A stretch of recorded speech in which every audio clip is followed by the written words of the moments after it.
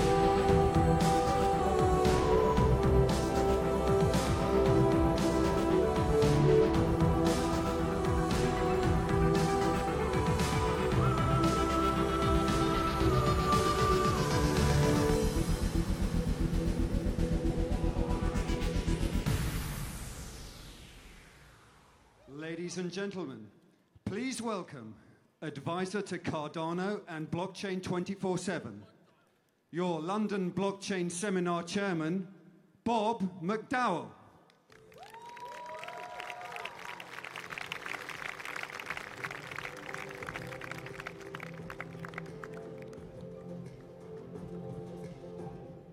Right, well, good evening, everyone. Glad so many could make it this evening, particularly because of London transport. But I'm Bob McDowell. I'm your chair for the evening.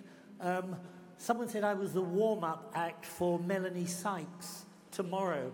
I invite you to compare my profile with Melanie Sykes' profile, but don't send me the answers.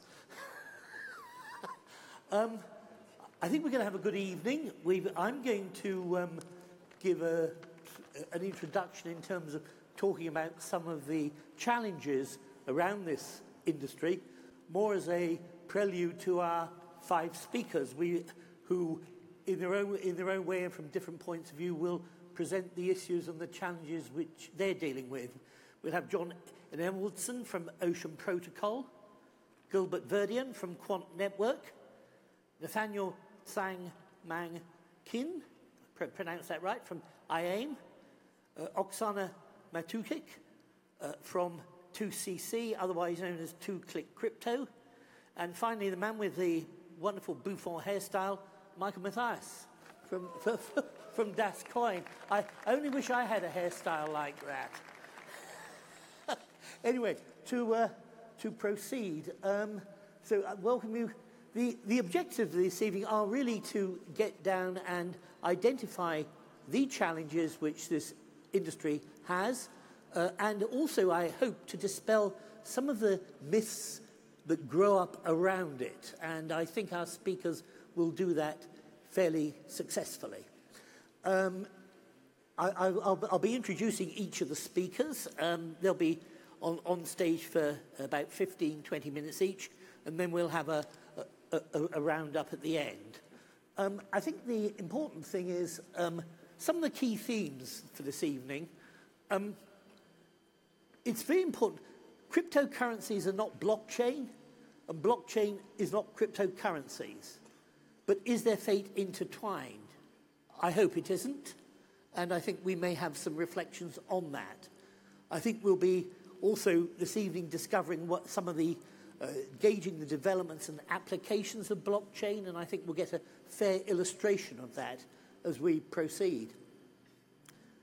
And where's blockchain heading? The technology has been around for a long time, but it's the cryptocurrency world that has really identified blockchain as a developing technology, and I think it is important that the two are talked about separately, although clearly cryptocurrencies rely heavily on the blockchain infrastructure.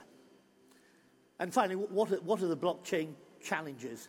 And I just want to talk about a few of them briefly, and you will see these themes developed individually by the speakers. I think one of the big issues for blockchain is identity, and proving identity. And that is particularly one of the big challenges which the regulators in particular put in place. The second issue is competition. We don't want one blockchain, we don't want one cryptocurrency.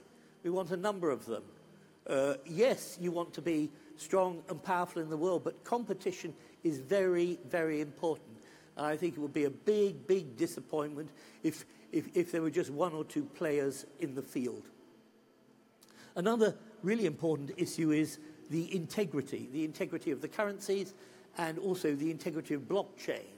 And I think we will have some interesting discussions this evening, some insights into regulation and standards. Do you need regulation, or should you have standards? Are they voluntary standards? Are they mandatory standards? Again, I think we'll have some interesting conversations about that.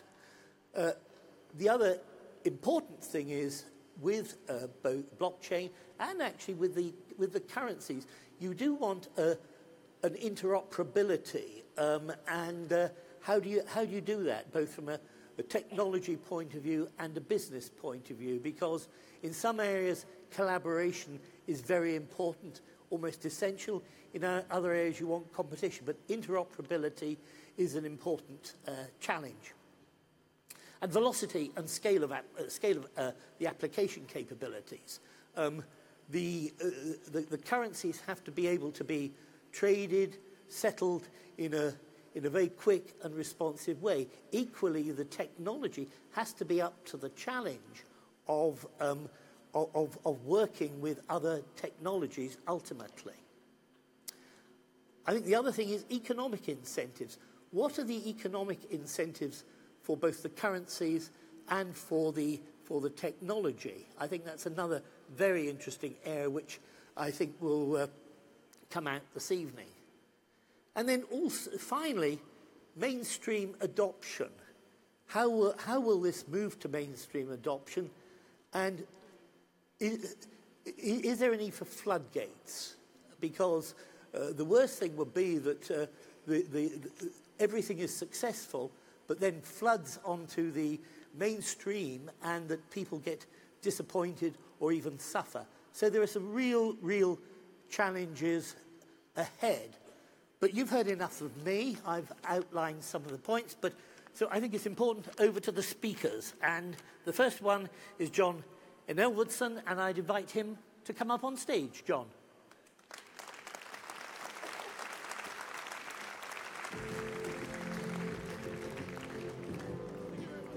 Thanks so much. Thank you. There's the clicker. Perfect. Thank you so much. Good evening, everyone. Thanks for being here tonight. It's a lot of you. It's great to be here. As the chairs mentioned, we had some issues at TFL today, like another time. But I'll be talking about data, AI, and tokens. So I was also asked to do a little introduction about blockchain for those who are pretty new to this industry and everything. So I'll be talking about that, and then getting into a bit more of Ocean Protocol, which is the project I work for, which is building a decentralized data services ecosystem, and why it's important to have that. Cool. So let's start with blockchain. The blockchain is a decentralized ledger technology, DLT, and it's a new way of storing data, so adding rows of data to a certain block, hence the name blockchain, and adding those blocks in a chain, and so that it's like immutable, and you have a very good trace of auditability and everything. But more importantly, it's a gathering confluence of different technologies, right? Around cryptography technologies, around proof. You've heard maybe of proof of work for Bitcoin. I'll talk a bit more about that afterwards. Consensus mechanisms, decentralizations. Now, all those technologies are not new. They didn't came with Bitcoin, right? They existed before, but that was the beauty of Bitcoin. The most famous white paper in blockchain, it was blockchain 1.0. It was to gather all those different technologies and make them work together to create blockchain, this technology we know right now. So there's a new way of exchanging, storing data. In the case of Bitcoin, it's like storing value, right? So you own maybe 5 Bitcoins, something like that, and then you basically send 2 Bitcoins to one of your friends, and you don't need any trusted third party on to have this exchange. It does like basic functionalities very well, exchanging money, Bitcoins in this case, value over to someone else. That works great, apart maybe for the energy consumption. I'll talk a little bit more after that, about that. And then we moved to blockchain 2.0, and that was a few years afterwards. It was maybe the second most famous blockchain white paper.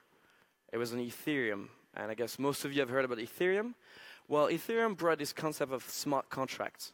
Right, using blockchain technology, instead of just exchanging value like Bitcoin overload, you can exchange and run code, right? So writing a smart contract, everyone, and then under certain conditions, this code will be executed. It allowed new things, beautiful things. So EVM here stands for Ethereum Virtual Machine, which is kind of like the framework in which the smart contracts are being run. And then you can execute code, you can create DAOs, which stand for Decentralized Autonomous Organizations, which is a very cool concept. If we have time at the end, I'll talk a little bit about that, and all the cool stuff. And that is the new, very important blockchain 2.0. This is the one. I know some of the speakers afterwards are going to mention more smart contract. And this is very exciting. So, if you're new to that, I really encourage you to read more about smart contracts. Cool. Let's start with AI. Another very buzzword for tonight. Now, AI is very interesting, right? It's very important. You use it every day nowadays, whereas when you're using your phone, when, facial recognitions, and et cetera, et cetera. Now, what's important, we've had like this kind of explosion of AI in the past few years, right? And you can see that in that graph, which is, I love that chart, by the way. So I'm going to talk very quickly about that.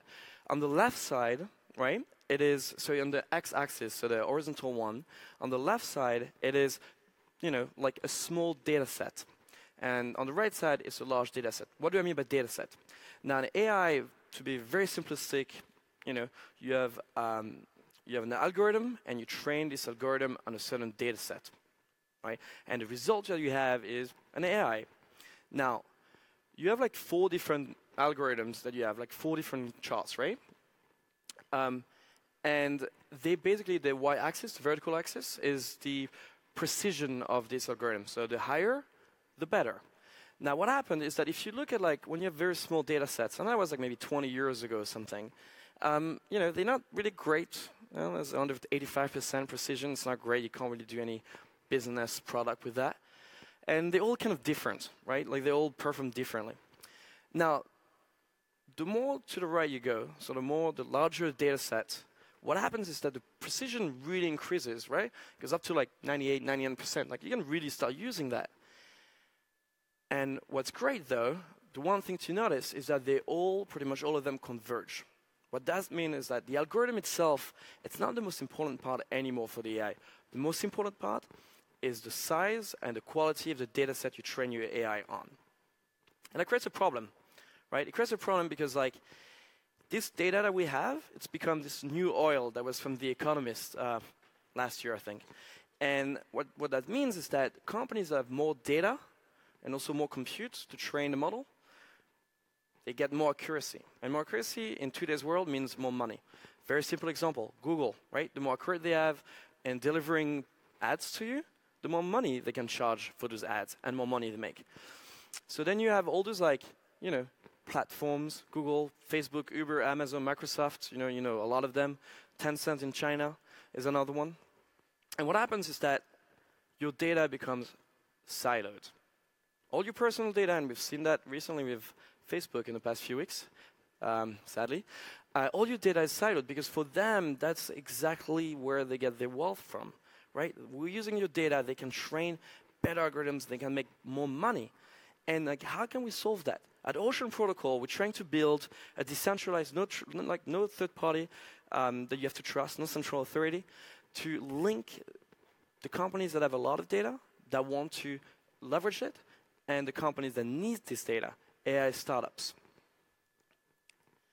That creates, core problem. This is from Lawrence Lonnie Bryan. It's from Adelaide Ventures, based out of London. And he said, okay, the data is siloed. I talked a little bit on that. And there's no economic incentive to share, which is exactly what was mentioned in the introduction, right? What is the economic incentive? Now I'm going to talk about these 2 parts really quickly and see how Ocean Protocol we're trying to fix those problems. First one, how do we erode those silos? Well, instead of siloing the data, what if we pull this data? What if we make it more available to those different AI startups right there? What that means that more companies, more AI startups can have more data and more accuracy, and everyone can make more money. An interesting concept is the better and more data you have from healthcare, the more precise your healthcare models can be. That means you can, spot diseases way earlier and have better treatments. So it's very important for companies, AI startups to have access to data, right? It's changing the world, and in most cases in a good way. So we need to encourage that. Now you have lots of companies in the world, enterprises, they have lots of data. Banks and shipping companies, logistic companies, healthcare hospitals, everything. They have tons and tons of data. They've been storing this data for a long time, but they're not doing anything with it. For different reasons. They don't have the skills, they don't have the time, they don't have the incentive. So they just have this data. I think the stat is that 90% of data produced last year will never be analyzed. Something like that. It's crazy when you think about it. On the other side, you have lots of like AI companies that have the skills, they have the algorithms, they have the time, they might have the funding, but they don't have access to the data. So without data, they can't do anything. And there's a little bit intersection there, and those are the companies I mentioned earlier. Google, Facebook, Amazon, Microsoft, Tencent, Baidu in China, everything. They have tons of data. They have the people and the skills to like use this data. Ocean, how do we like try to solve that? Well, Ocean would be like this connecting layer on top of which you would have data marketplaces. DM stands for data marketplaces. You would have lots and lots and lots of them, those data marketplaces that will like make available this data from those enterprises that can sell their data to those AI startups, can be connected, use this data to create a model. Now, really quickly, this would be like very simplistically work in a similar way as Sabre and Amadeus. I don't know if you heard about Sabre and Amadeus. Huge companies that you might have never heard of, but you use them pretty much every month, maybe every week if you travel a lot. Those are companies that store all the data about airfares, airlines, and everything, meaning that if you go on Kayak, or if you go on Priceline, or Expedia and whatnot, and you try to book a flight, London to Paris, for example, and you buy seat 5E, as soon as you buy it and you go on another website, this seat won't be available. That means all those websites that you use, they tap into Amadeus and Sabre all the time, so it's consistent. So it would be this kind of connecting layer similar to Sabre and Amadeus, connecting all those data marketplaces.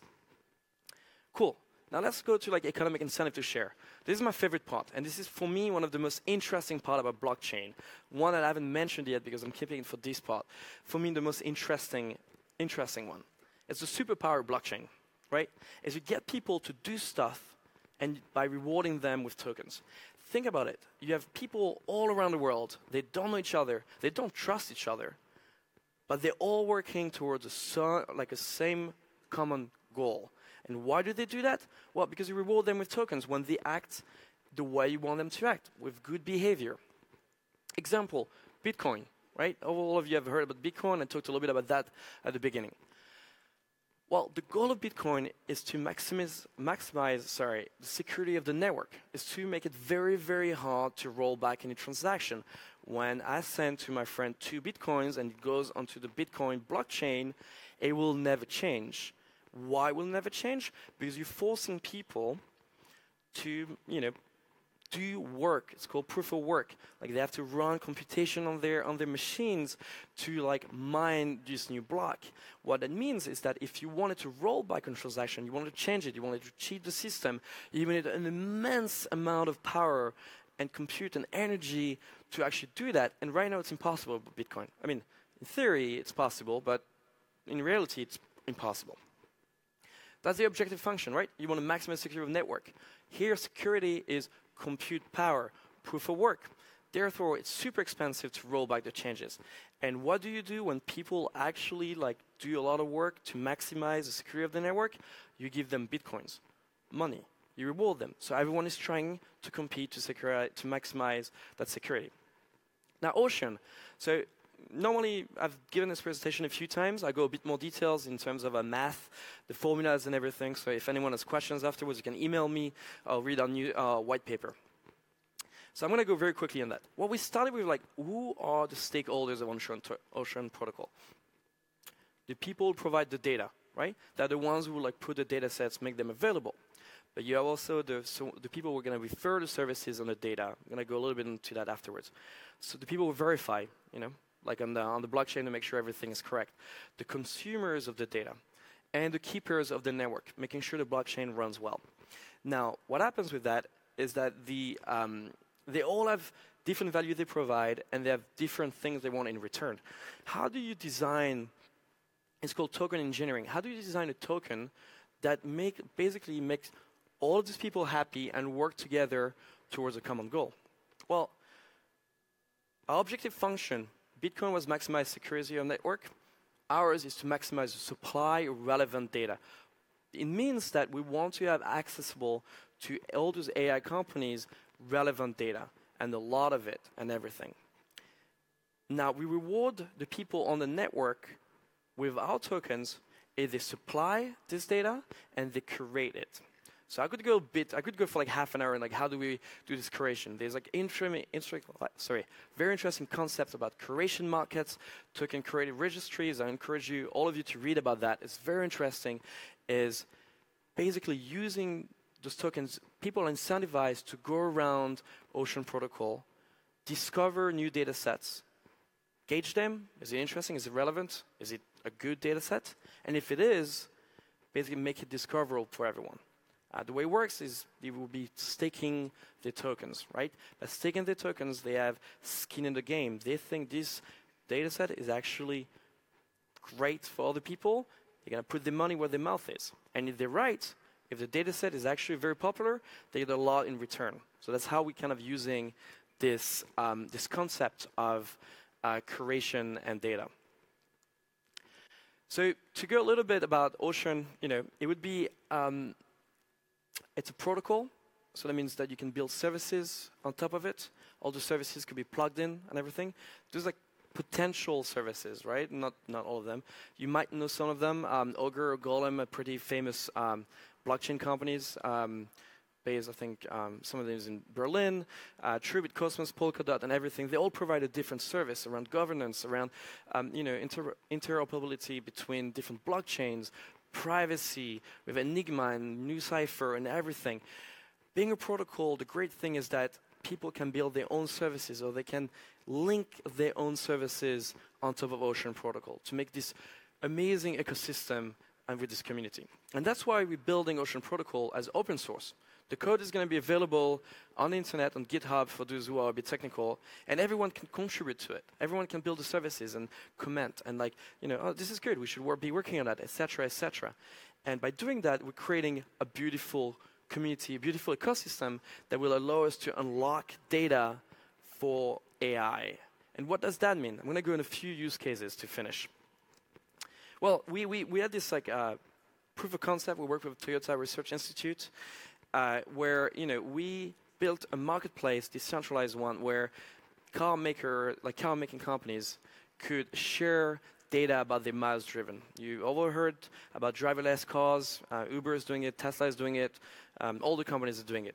Well, now to have proper driverless cars, you need to have a huge amount of data about hundreds of millions of miles driven in any weather, any place in the world, with any kind of car and everything, so these models can be trained on this data. Now, one car company can maybe do it in 20, 30 years, right? But that's not the point. They're all trying to do driverless cars. By pooling the resources on their data, they all can achieve that goal faster, all of them at the same time, which is economically sensible for them. Healthcare, I mentioned that very quickly. But the more data you have accessible for AI healthcare startups, well, the better the models are going to be. The faster we can spot cancer in a very early stage, the better we can treat it. It's true for Parkinson's disease. It's true for, as mentioned, cancer and all kind of diseases. And this is the future of healthcare, is being very early in that. But we can only do it if we manage to get the data from the hospitals and about the patients to the proper AI startups. And we're working on that to make that make that possible, and obviously respecting the privacy and the new regulations and law that are happening in the EU. So now I'm going to go, just to finish for 2 minutes, a bit more futuristic, if you want, right? So if that doesn't really talk to you, it's fine. You can ask me questions afterwards or something. Well, you can imagine an ocean service. So, a service on the Ocean Protocol where competing models, machine learning models, right, deep learning models, AI models, if you want, they compete to gain a contract with a company that wants one of the questions answered. So, for example, you're a company and you're like, okay, I want to know, I have all this data and I want to know what is the best way of routing my ship under in Europe or something like that. Well, then you provide this kind of competition, and then different machine learning models will compete on this data set, trying to get to the kind of a little bit symmetric to that. The opposite, models competing for data. So there's a quote from Brad Burnham that I love. Nowadays, search has been inverted. 5 years ago, 10 years ago, people were searching for products, right? You were Google searching for products. Now it's products searching and competing for people. They want your money. They want to they want to send you an ad. So they're competing for your personal data. So search, the whole concept of search has been inverted. Well, now you can imagine this kind of a concept where, as you personal people, you're like, okay, well, I'm gonna upload my personal data. I want to leverage it. I want to make money out of it, and then the different companies will compete to have access to your data. And you will pick one, or maybe one that is going to be using your data for something you like or something, and you will be rewarding them with tokens. So you can imagine all those different services on Ocean Protocol that will be allowing AI companies to have access to more data. They will be allowing companies that have a lot of data to make money out of this data that they're not using at all. So the conclusion is that AI is siloed, AI services are siloed, data is siloed nowadays. We can change that. We can change that with with new incentives for people to share, for people to curate, for people to discover new data sets and use it. We can democratize access to AI data and services. So this is my email. If you have any questions, you can email me. It's a very easy one, john@oceanprotocol.com. And if you are in this audience, a company that has a lot of data and you're interested, maybe talking to us, partnering with us at one point, feel free to email me. Thank you very much.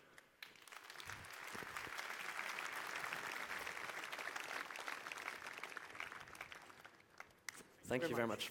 Thank you. There you go.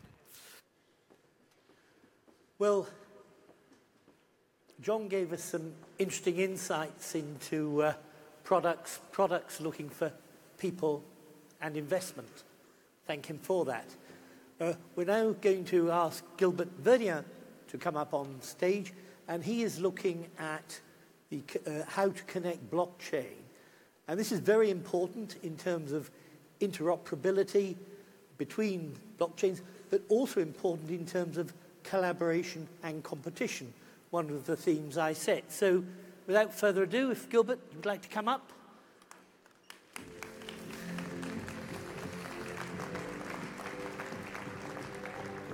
Thank you very much. Thank you. Perfect. Thank you.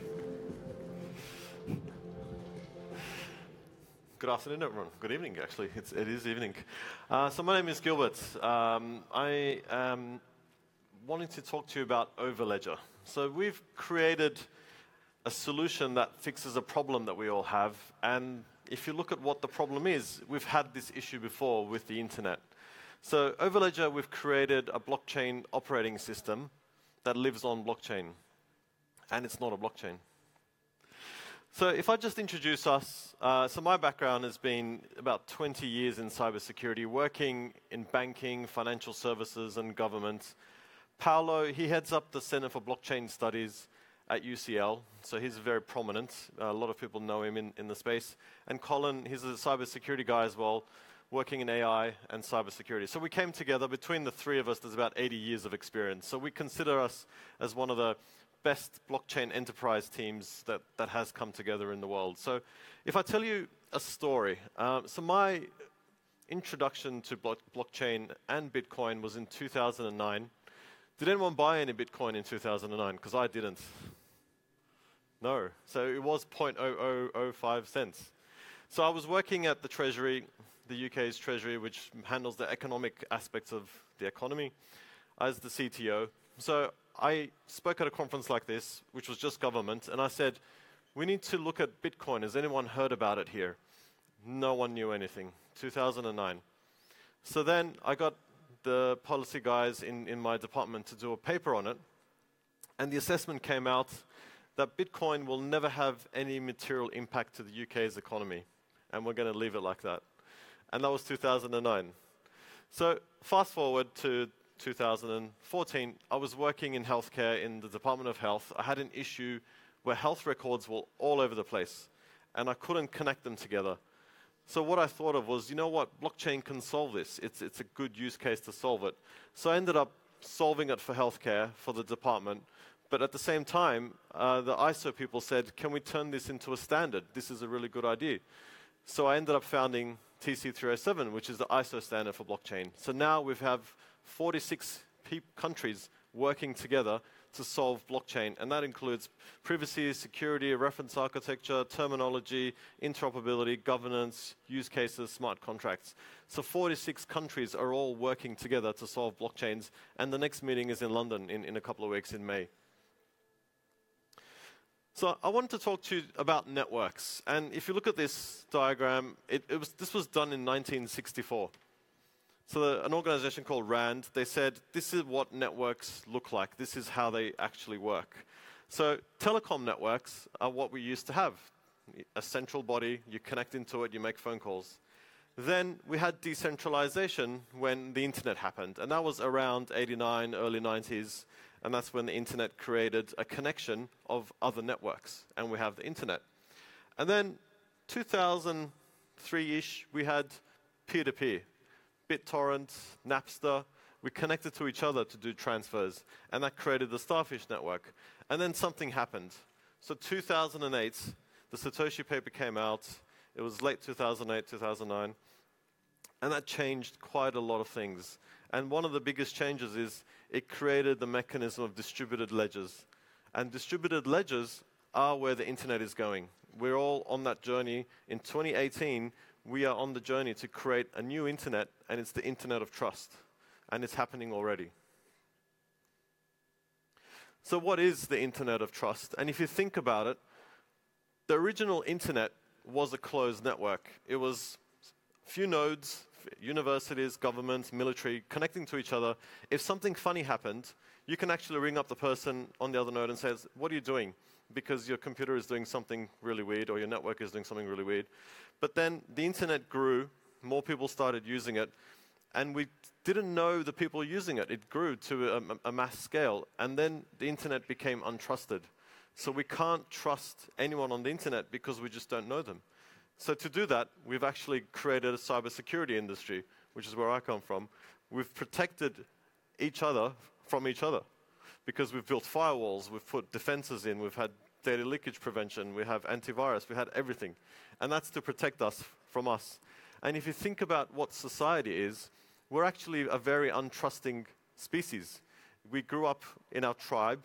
We knew the people around us. If someone new came, we didn't trust them. Who is that person? Why are they walking this way? So society doesn't allow us to trust each other because that's the nature of humans.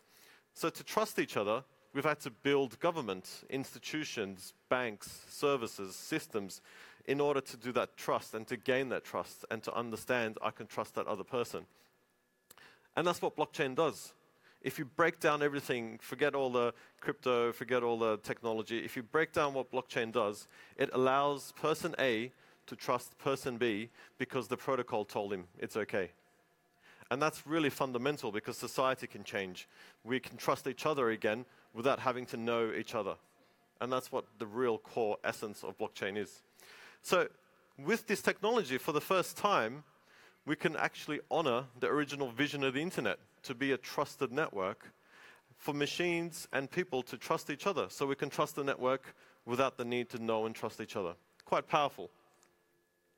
But we have a problem. Blockchains are flawed. We have a problem because blockchains are closed proprietary networks. And if you look at what's happening, Ethereum is being built in isolation. Hyperledger is being built in isolation. Ripple, they're all closed proprietary networks. So whatever you do, you're only on that one blockchain. It's very difficult to do something on Ethereum and be recognized on Ripple and vice versa. So there's a problem because users can't connect and interact with other people on other networks. You're restricted to that network and its technology. So if you're on Ethereum, you're restricted to the technology constructs and the limits of Ethereum. You can't do anything differently. And you can't really benefit from the technology of other blockchains. And finally, you're actually locked in to fees. If the price of mining goes up, you can't change it because you're stuck in the network. And this was the same problem that the internet had. If you're over 30 and if you're over 40, this was the internet. If you remember, you connected with your modem, with the sounds, to your provider. It was CompuServe, Prodigy, America Online. They served you their vision of the internet. This is how you did messages. This is how you did email. And the funny thing is, if you were on CompuServe and you wanted to send an email to someone outside, they charged you. It was like 5p. Did you remember that? I mean, you think about it, it's impossible to think about. So the internet used to be closed proprietary networks. Exactly the same problem as blockchain networks, closed proprietary. And then something happened. The internet opened up. All these networks connected. So openness and connectedness create innovation. And that's what happened. The internet flourished and magic happened. So the internet of today is a result of that connecting of closed networks. And that happened not that long ago. I mean, early 2000s was really when it really took off, late 90s, 2000s. And that's what we seen, and that was the cause to create the Googles and the Amazons and the Facebooks and all the internet companies because of this thing, because they connected and it was open. So the question I ask is, why should you be limited to one blockchain? Why should you be stuck and limited to one single technology when there's different benefits and different blockchains that you can benefit from? So what we're saying is, why not benefit from all blockchains? And so what we've done with Overledger, it's an operating system that sits on top of existing first-generation blockchains, second-generation blockchains, nth-generation blockchains, and interoperability blockchains, and it allows you to connect seamlessly without giving you any extra overhead, without giving you any extra consensus or cost, because it's facilitating that data transfer between networks. We're connecting and bridging networks and allowing you to do something quite unique to create new multi-chain applications, not distributed applications, multi-chain applications. So if you think about it a bit more, we're kind of like what Microsoft did. If Microsoft in the 90s made Windows to be internet-based and put Windows OS on top of the internet to create internet apps, that's what we're doing today. So we've got our operating system on top of existing blockchains and future blockchains to create internet-based multi-chain apps where you can actually benefit from the different types of blockchain. So the challenge is with a dApp, it's dApp1 sits on blockchain A and it does everything on blockchain A. dApp2 sits on blockchain 2 and does everything on blockchain 2. So you can't allow these applications to transfer data and transfer value very easily. It's a problem, and that's what we're solving. So with multi-chain apps, you can actually split your app up, and you can say, well, I want my app to use a bit of Ripple for authentication. I want it to use a bit of Bitcoin for, let's just say, storage of data, and I want it to use Hyperledger because of scalability for resilience. You can actually have that choice with multi-chain applications. You have the flexibility. And as an enterprise, working at HSBC in my career, you have resilience. So if I want to have multiple data sets, multiple applications across different chains, I've got resilience, and we give you that choice. So the benefit is you can live on and run on multiple chains. You're never limited to a single technology. So if I have a problem with one blockchain just because of a security issue or a scalability issue, right now you're limited, you're stuck. But with having multi-chain applications, you can migrate. You're never limited to IBM. You're never limited to Ethereum. You can manage the cost, because if the fees go up, then running an application might have cost you £1 million a year, and if the fees go up, it's going to cost you 100 million, as an example, and you can't afford that. And finally, what we're doing is creating something called treaty contracts with Hamburg University. This is the multi-chain version of smart contracts. So you can execute a smart contract on one chain and move it on to another and recognize it vice versa. So again, a unique innovation. So how are we going to do this? Well, firstly, we're doing that interoperability, which I've mentioned, without an additional blockchain. We're creating an ecosystem so people can build apps. It's all open source. It's all out there, going to be on GitHub, as mentioned previously. Then we're looking to connect the internet directly to all the blockchains, because you can't do that today either. How can you send a TCP/IP connection from the internet to blockchain? It can't be done. So we want to bridge those two mega networks. And finally, what we're looking to do is to create blockchain IPs, which we're calling Quant IP, to be able to do that internet connection, to create that internet of trust. And that's the next generation internet. And we will create applications like a browser or email or messaging, which are decentralized but hyper-decentralized. And this is where you come in. We are doing this all open source. It's going to be out there. We're creating a map store, which is coming online Q1 2019. This is for you to create multi-chain applications. Our customers are we're focusing on enterprise to solve enterprise problems, but also developers to allow them to do this. So this is created by the community, for the community. It's open source, and we're allowing you to use quant tokens to access the network. And a quant token is pretty much the same as an iPhone. You have an iPhone, it has some keys on there. It's an access key that you use to access the app ecosystem for Apple. And we're doing the same with the quant token. And what you can do with Overledger, we actually don't know. We're creating the platform for you to create amazing things. And we've got some ideas. We want to connect AI, as was mentioned with Ocean. AI has a really good convergence with blockchain, and we can allow that across all the chains. The smart contracts option that I said with treaty contracts, we're looking for that to happen as well. And then hyper-distributed exchanges, not just decentralized, but hyper-distributed, where they work across multiple chains. So atomic swaps are become real at a hyper-internet scale perspective, and other products. So we're creating this platform for you to create new innovation. And finally, if you're interested, you can own these tokens. So we have our ICO. It's running currently, and you can sign up today. And we've built the system. If you want to do the KYC, we've done it in Switzerland from a regulatory perspective. We're based in the UK. It's all automated, so you have the opportunity to be part of this. And we kind of consider ourselves a Microsoft of blockchain, where we're creating that operating system for you to be able to create new innovation, new technology. And these are our details. So if you would like more information, please reach out. We're quite active in the community. We're across government. We're across enterprise. Go to www.quants.network, and we'd love to hear from you, and we'd love to give you this tool for you to create some new amazing technology and let blockchain flourish. Thank you.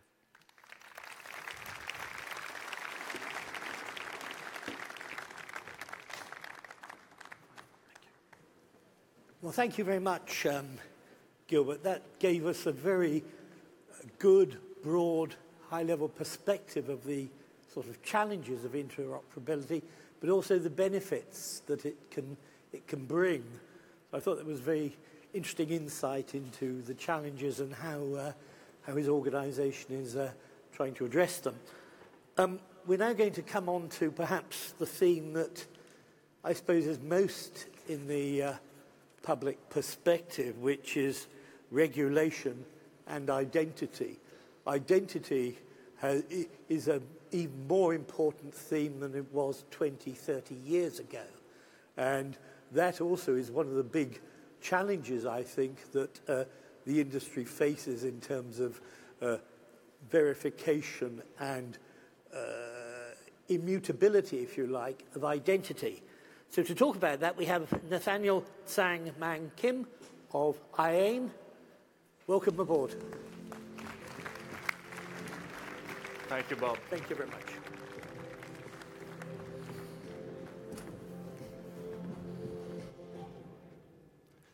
So, hello everybody. Just to make sure, a slide. Click. Go.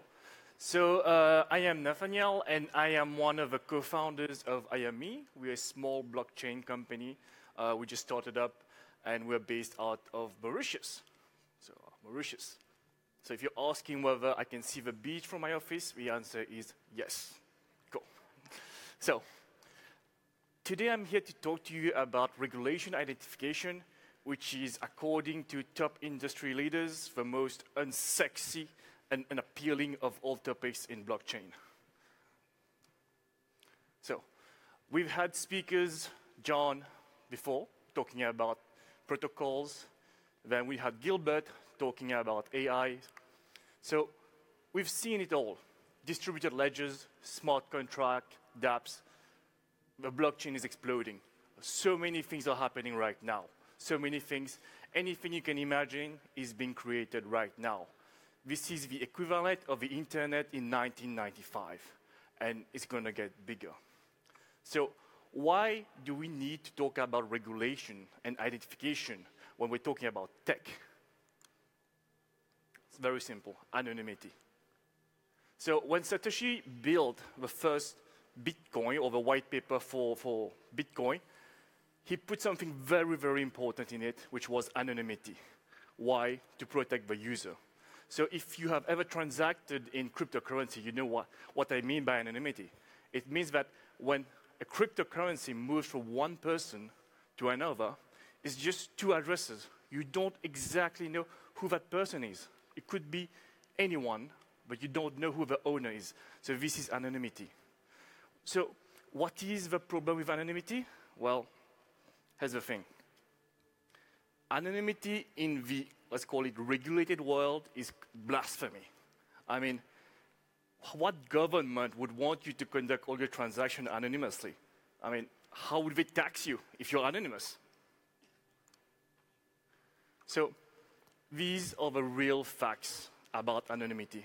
So many things being conducted by a very small portion of a community, like drug dealing.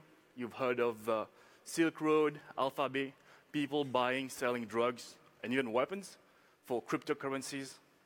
Extortion, one of the worst one. There's another worst one. So one of the worst one.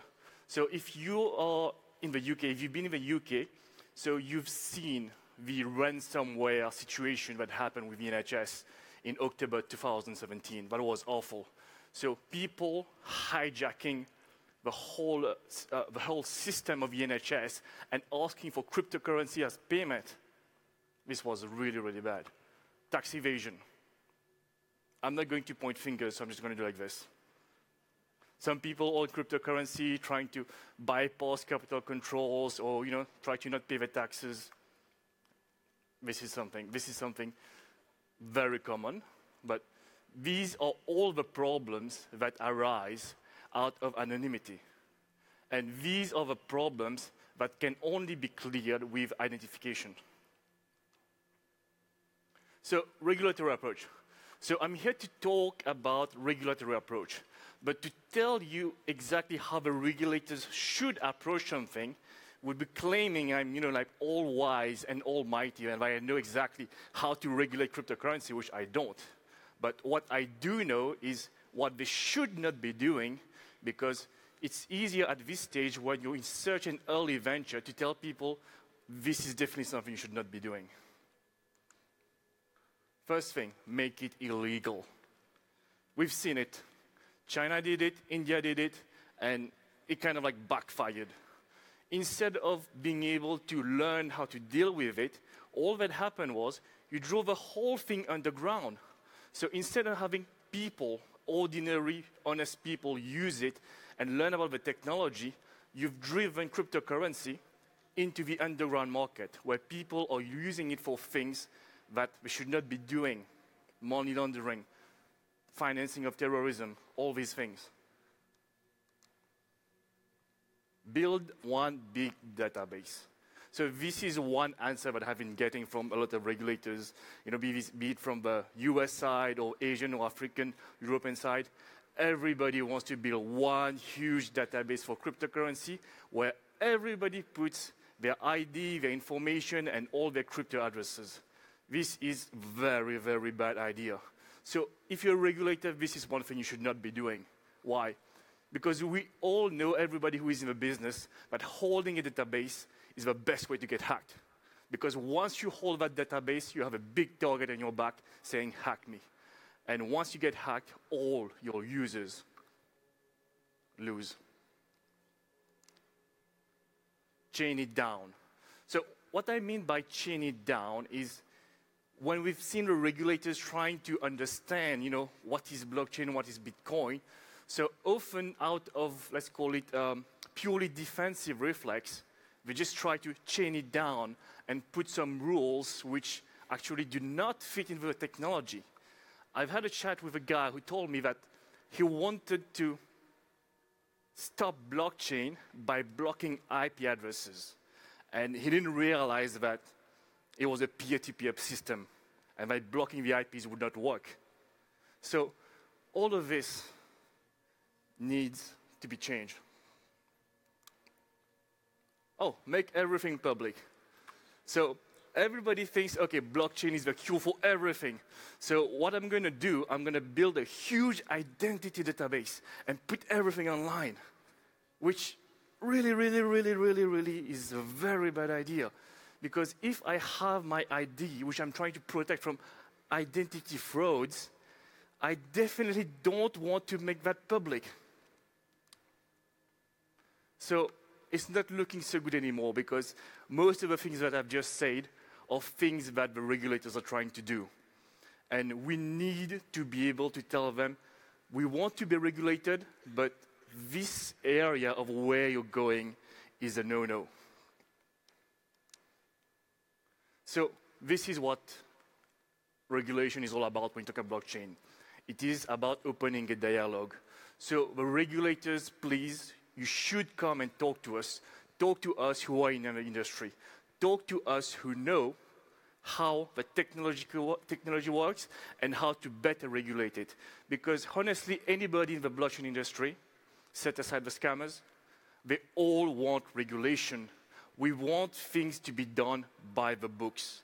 We want our users to be protected. We want our investors to be protected. We want to run a legitimate business. So, enough about regulation. I'm going to talk more about myself. So, I am me. So, I am me, as the name says, it's something, it means I am me. It's about identification, but the smart kind of identification, the one that doesn't put the user's information at risk. So, how we do it, there's 3 main points to I am me. Number 1 is decentralized data, not database.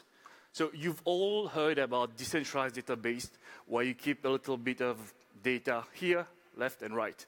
So when people talk about decentralized database, sometimes what they mean is, for example, I keep the ID of all people in this row in this database, all the ID of people in the middle row in the second database, and all the ID of the people in the third row in that database.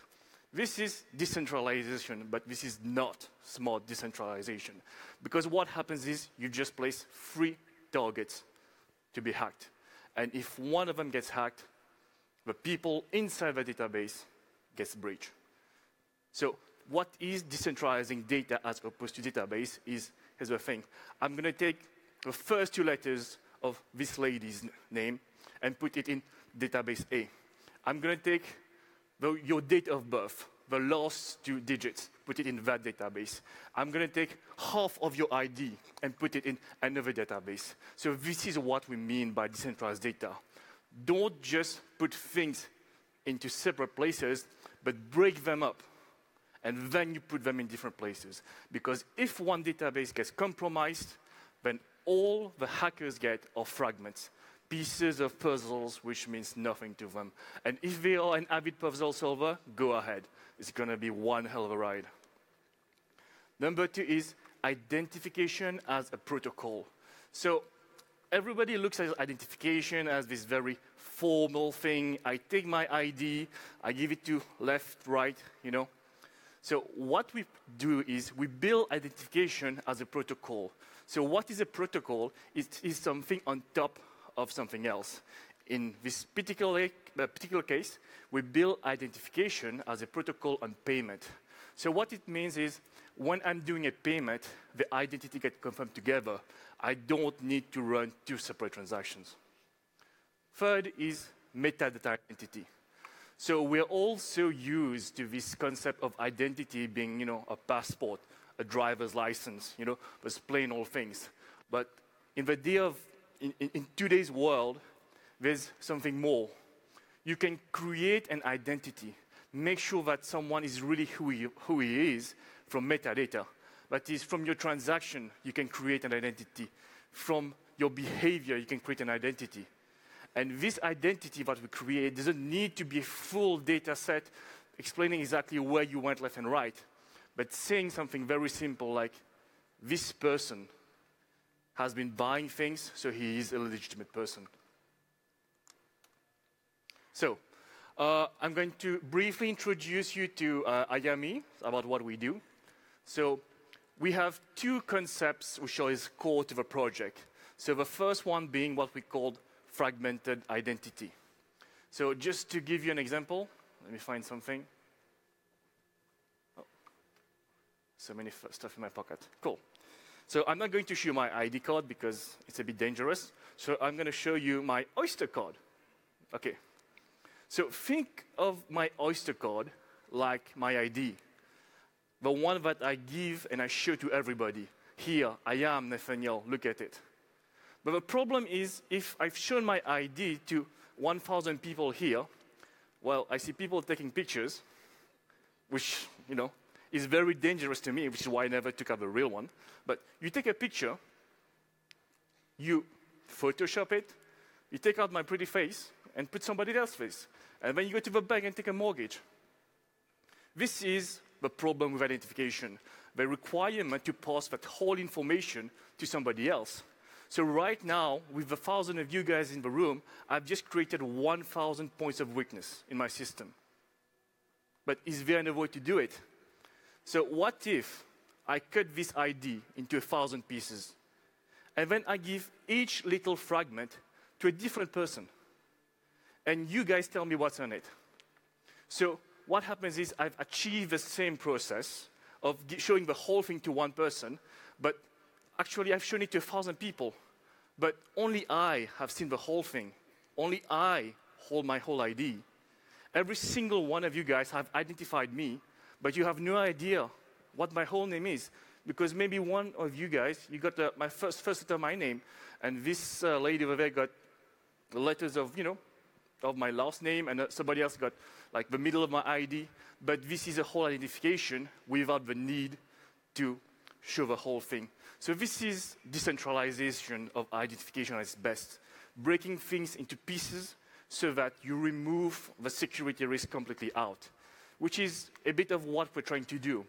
We're not trying to be hack-proof, because hack-proof means building higher walls. And every time you build higher walls, you need double the encryption.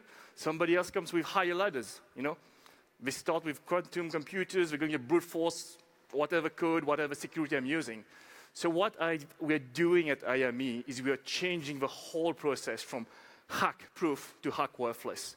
You're free to hack our system. Go ahead. And all you'll find are fragments, which will mean nothing to you. Not even fragments belonging to the same ID, but fragments belonging to multiple IDs. So think of it like you're hacking a system, and what you're getting is 1,000 puzzle blocks all shuffled together. And actually, what we do to make it even secure is that we don't use the whole puzzle box. Some guy just wants to say, hey, I just want to identify my name. So you're getting 1,000 incomplete puzzle blocks. Crowdsourced validation. So, like I said, we take the ID, cut into pieces, and give it to the people to verify. Why? Because I hate lawyers. So, if you've ever been to a lawyer, a notary, you have a guy sitting in front of you, smiling, and charging you like $500 to just, check that a photocopy matches your passport. So, crowdsourced validation is about taking the same process that is being done by lawyers, notaries, accountants at $500 an hour and giving it to the people. And what makes it beautiful is, while it might be complex to identify the contents of a passport, because you need to understand, okay, this is a passport, how it works. Now, imagine like you're identifying fragments, letters, numbers. By breaking the whole process into little jobs, you can make your kids work now. So this is crowdsourced validation. You take a complex process and break it so simple and so small that even kids can do it. Child labor, time to put them at work. Cool.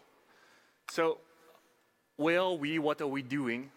So like I said, we are a company, purely development, and we'd like to put our money where our mouth is, or in that case, put our app where our mouth is. So we already built basic stuff, proof of concept with payment, and we're building the whole identity as a protocol on top. Because, like I said earlier, you can't build payment without identity, and you can't build identity without payment because it all goes together. So, recap. Is identification good for crypto? Yes. Regulation? Yes. But smart identification and regulation? Definitely yes. So, it's not only about identification and regulation, it's about doing the right way. Because if you do it the right way, you can take the whole industry and create it into a new pillar of the economy. But if you do it the wrong way, you might just be able to, kill the golden goose that's going to propel us into the next century. So I had this slide for questions, but I think I can't take questions from the audience. So feel free to come see me after the event for questions, or just go on our website. I think it's somewhere here. So on our website, there's this really nasty thing called intercom. So you click it, and you chat it, and my phone rings. Cool. So thank you very much.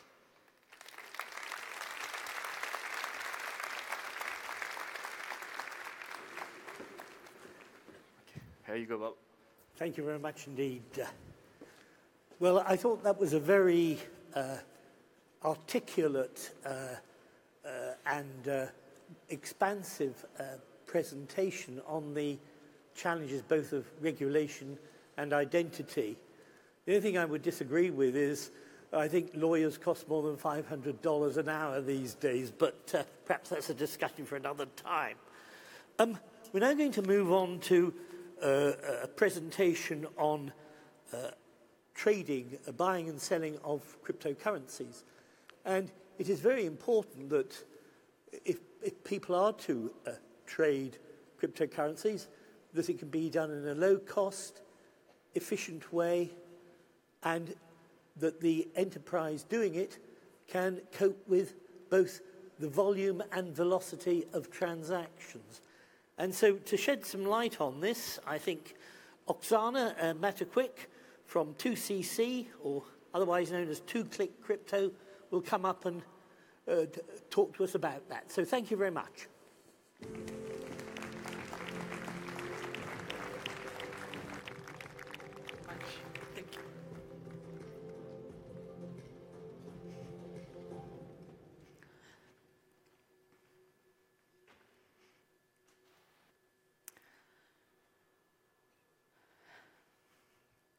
We're very excited to be here. And what a lineup of great speakers we've already had. As well as, we're very excited to be part of such a great opportunity. Blockchain, something that we believe will change the world and create a new economy, a better economy for everyone. Back in 2016, we became interested in trading cryptocurrencies. And as many of you here perhaps, we attended a workshop. And this one was very interesting. It was by the seaside, in a basement of a pub. There were about 3 or 4 people at this event. And I remember vividly how the speaker was very nervous because his projector didn't work. So he gathered us around his laptop and gave us this presentation. It was a DAS presentation.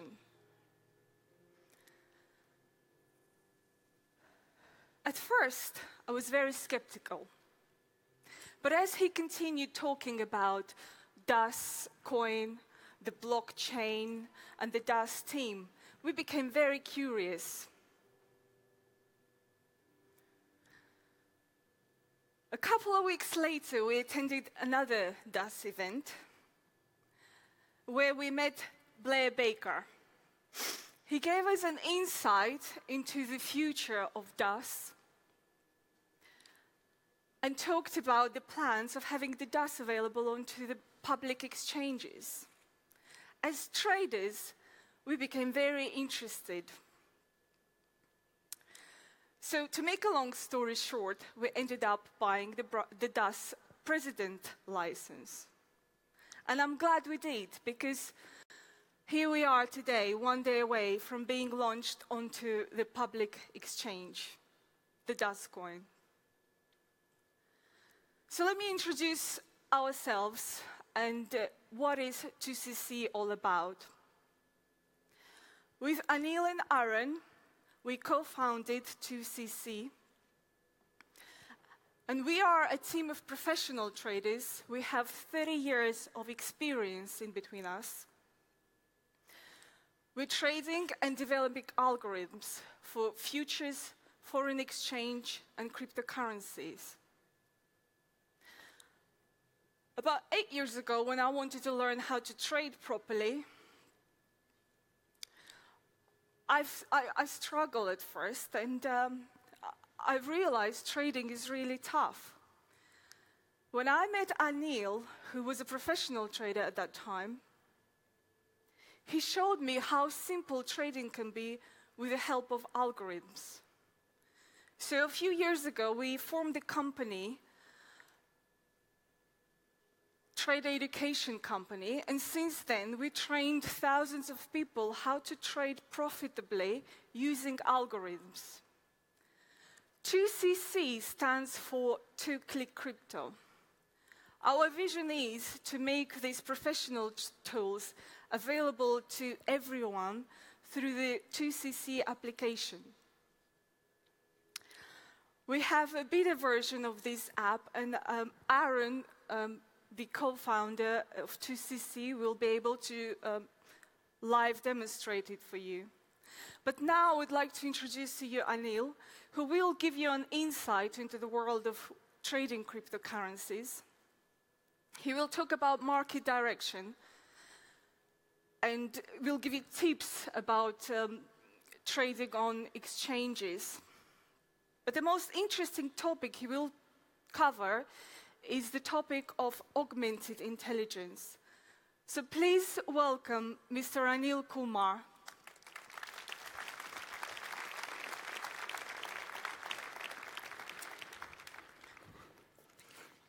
Thank you, Oksana.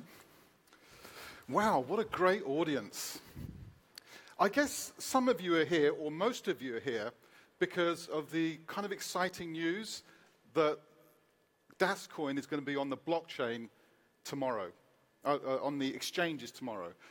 And that's what first led us on this journey. Because as traders, we want to trade something that is on exchanges. We like the fact that when markets go up, we can make money, and when the market goes down, we can make money. Let's go right way. Whoops.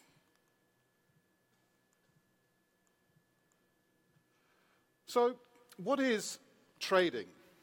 I guess a lot of people have a go at trading because it is interesting for lots of different reasons, because it's the lure of making money at home or sitting at home and clicking and making money, right? That's kind of alluring. But it is tough. And if you don't know what you're doing, you know, it can be a very, very quick way of losing lots of money. So you actually have to educate yourself to make sure you know what you're doing. I'm not going to go too much into, you know, the properties of cryptocurrency. We've had some great speakers talking about blockchain and the value proposition that it can, you know, present now and in the future. My main topic is going to be about speculation. As a trader for 20 years, you know, my whole during that period is about where do markets move? Do they go up? Do they go down? And how can I make money? How can I speculate on this? Whatever it is, it doesn't matter what I trade. But cryptos have quite a unique allure to me as a trader, my team's trader, because of its sheer volatility. Now, you might think volatility is something you should be scared of. But actually, as a trader, we like volatility, providing we can manage it and providing we know what we're doing. So you have to kind of decide what kind of trader you are.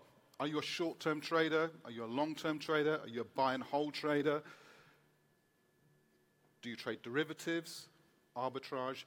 All these things you kind of have to work out when you embark on trading. I mean, it's quite exciting in a way because many of you will have access, you know, with your coins to start trading them. But, you know, what are you going to do? Are you going to try to trade short-term movements, or are you going to try to wait for the long term? And that really does depend upon your own perspective, and everybody has a different perspective. Some people like to trade just for a very, very short period of time, an hour, 2 hours, sometimes even less.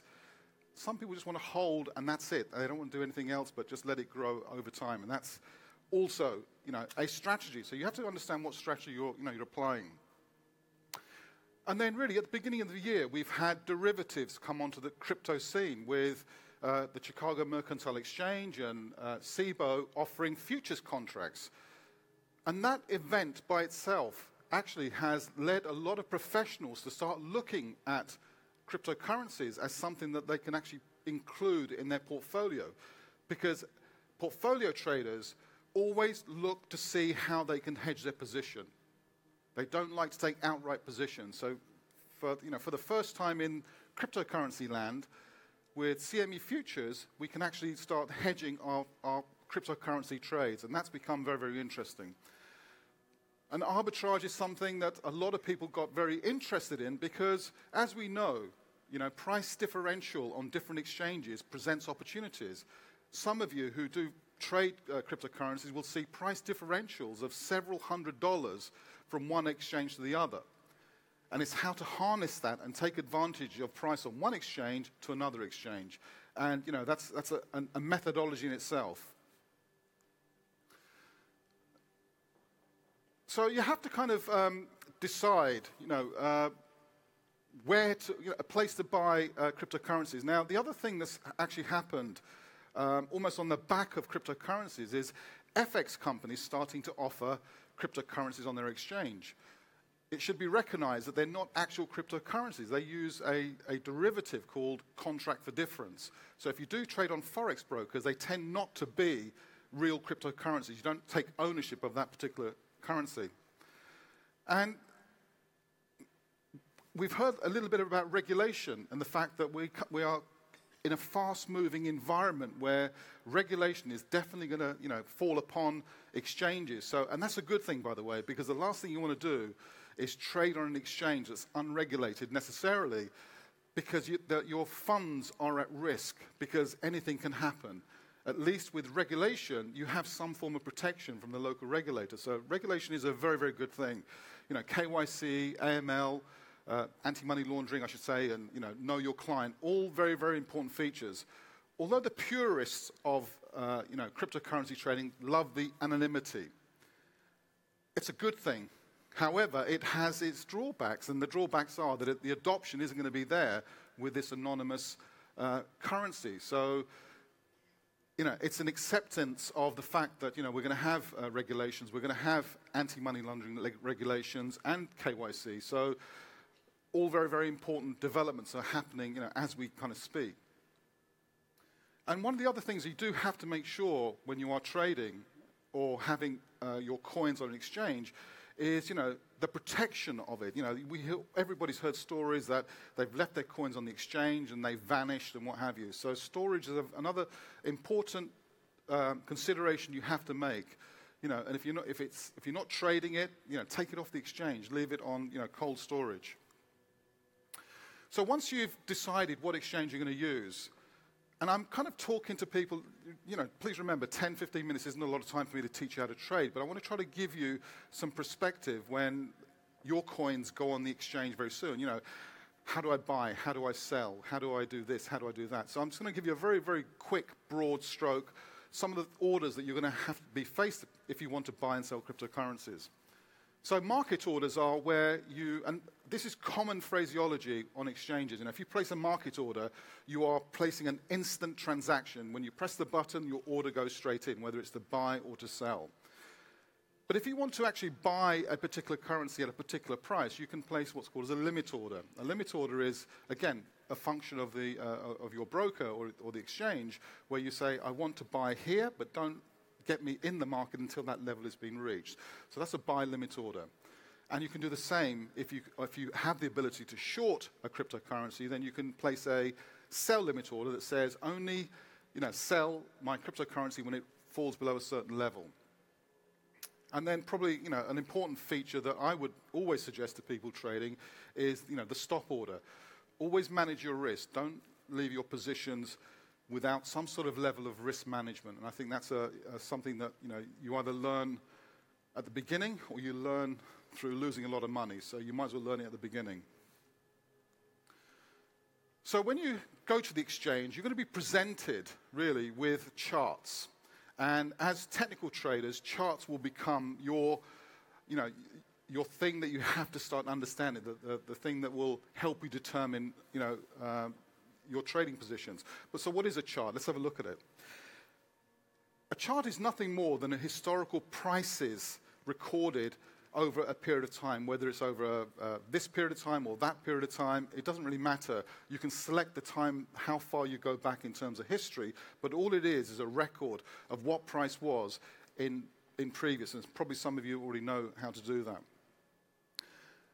But regardless of what you trade, market has three basic conditions. It's either in an uptrend, downtrend, or going sideways.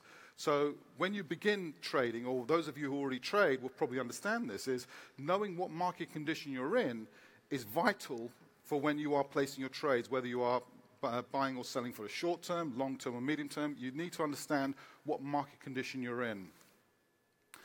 And with charts, when you first presented with the chart, I was asked to keep this very, very simple. So I've tried to keep some of the terminology really simple. But when you look at a chart and you see these squiggly lines, you think, what the heck are they? Well, as I said, they're a historical record of what price was doing at a given period of time. And candlesticks is a common way that people can look at a chart and get some inference in terms of what actually happened on that day or whatever the time frame that candlestick was. So probably a lot of the people who have traded will recognize candlesticks very well.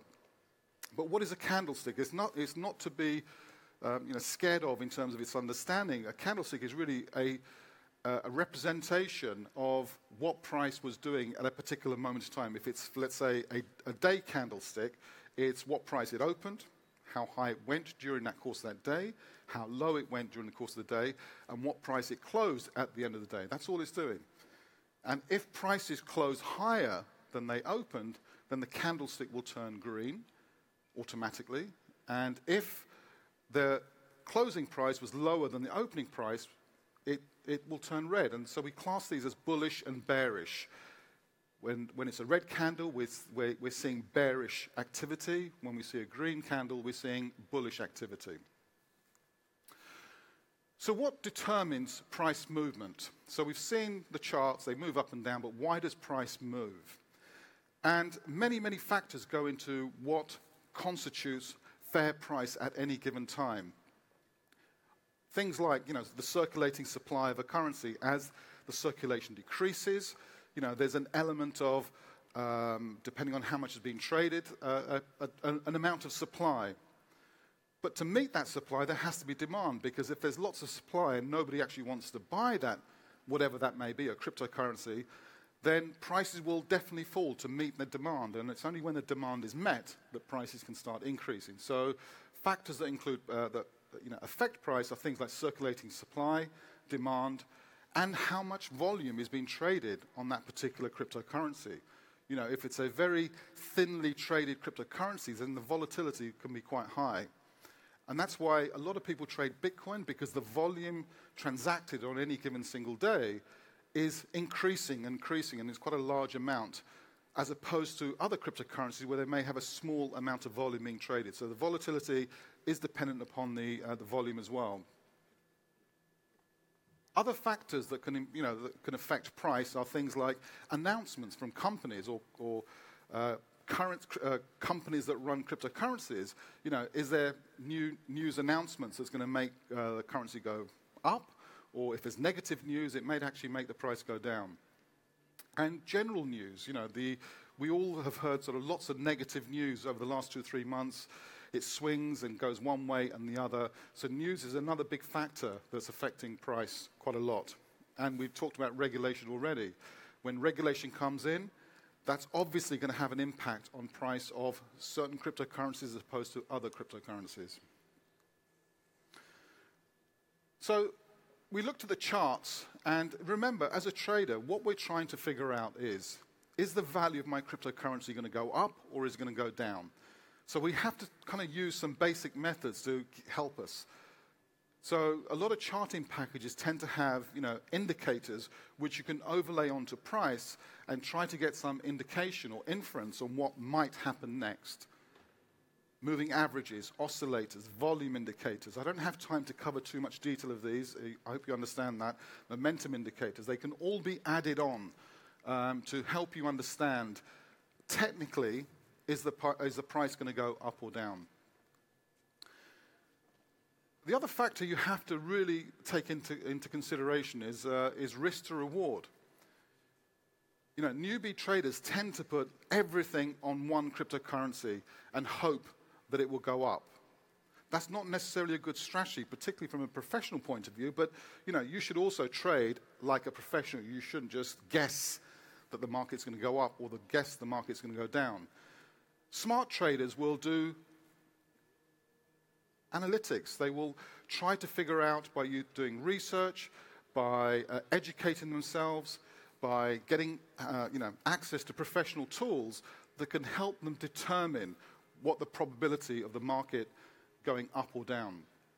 And by the way, guessing is not a good strategy. When people start looking for strategies, they kind of go through the first phase, which is guessing. The second phase is looking at all sorts of indicators which might help them sort of determine price. And then they'll get fed up and say, let me try a robot. Become very popular. Have this robot, and you put your feet up, and it will just print money for you. I guess everybody understands that's not reality, is it? Because the thing with robots is that although they are smart, they're also very dumb. They will only perform what they're asked to do. They can't take into consideration market conditions. They're usually black box. You don't know what the rules are, and they will take orders, regardless. Not regardless, but based upon the rules itself. And that some of that rules might work for some time, and it may not work.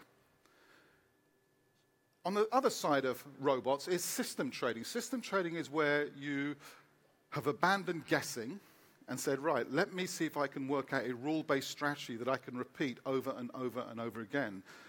So I set myself some rules that I buy when this, and this happens, and I sell when this, and this happens, and when it makes this much profit, I take my profit, and I exit when it makes this much. So starting to build an idea. As Oksana mentioned, I've been trading for quite some time, and my speciality is I develop algorithms to identify price movements, whether they are short price movements or longer-term price movements. But I use a lot of mathematics to try to build a picture mathematically on what the probability, because again, another topic we've talked about is data. Having historical data is very valuable in terms of trying to analyze that data and try to mathematically look for patterns. And that's what I've spent years doing myself. But what I discovered in using algorithms is that if you apply algorithms with human intelligence, you perform much better. And what I mean by that is a topic that I really want to talk about is augmented intelligence. What is augmented intelligence? Augmentation is bringing two things together. So we've heard a lot about AI being everywhere. Well, AI is also a lot in trading floors and trading houses. But they have this, I've discovered really, that they have this situation where they will just do the thing that they're asked to do. What I found was that when I applied human intervention to algorithms and I applied my system rules to algorithms, my performance increased. So that's why, I'm and my team have developed something that has an element of machine learning and adapted with human intelligence to give you an idea what is potentially going to happen next. Because as a trader, my whole preoccupation is what's going to happen next. So what 2CC did, 2Click Crypto did, is that we sat down and figured out what would be most helpful to people when they embark on trading. Is it just a robot that will probably work for a while and then it won't and then it will and then it won't? Or would it be something that they can utilize the technology of a robot, but have the ability to, with discretion and with intelligence, determine whether this is the right time to buy or not, with all that extra information that the algorithms are providing? So we've produced a desktop mobile application which we're going to make available to everybody. Aaron's going to demonstrate a live version of that in a few minutes. But let me just tell you some of its features. We all know, don't we, there's hundreds of cryptocurrencies that you can trade. There's hundreds. How do you identify which one to trade? How do you identify which one is the next one that's going to move? A machine is much better placed to look across all those cryptocurrencies and then try to present the best opportunities. I hope you would agree with that, rather than just scan, look at every single currency and say, okay, yes, no, yes, no. We've kind of taken it a step further, that we allow our algorithms to search using market data and use our algorithms to identify the highest probability trades and then present them through via a scanner. So the scanner scans 1,000 or however many you want to put into the algorithms. It will scan them and it will look for the 10 highest probability trades, and then you use your human intelligence, say yes, no, yes, no, yes, no. And I think that's a much better way of trading than just using a robot that will just punch out regardless of what the market conditions are. So with that, I'd like to introduce Aaron, who is going to show you a live demonstration of this application, and he's going to talk to you about the opportunity as well. Please come up, Aaron. Thank you. Thank you. Cheers. Thanks, Aaron. It's all ready for you, okay? Okay, thank you. Thank you very much. Now, just by a show of hands, I just want to see who has already a cryptocurrency exchange account. By a show of hands. Fantastic. That's almost all of you. Now, keep your hands up if you have more than one cryptocurrency exchange. Okay, fantastic. So, whilst we load up the application, okay, I just want to give you a bit more background on 2CC, 2-Click Crypto.